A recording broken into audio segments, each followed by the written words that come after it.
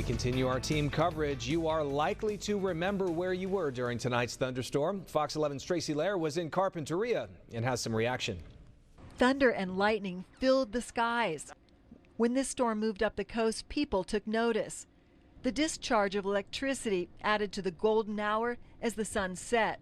As the air expanded, it created those booming sound waves. For instance, here and there, it made night look like day. This time when people are talking about the weather, they really have something to talk about. It's crazy.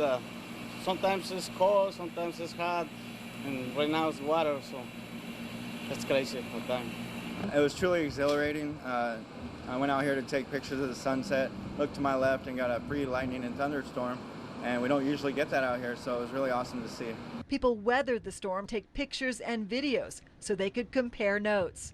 Carpinteria, Santa Barbara, Oxnard, Camarillo are just some of the places people experienced this storm. Many people are hoping the weather brings more badly needed rain.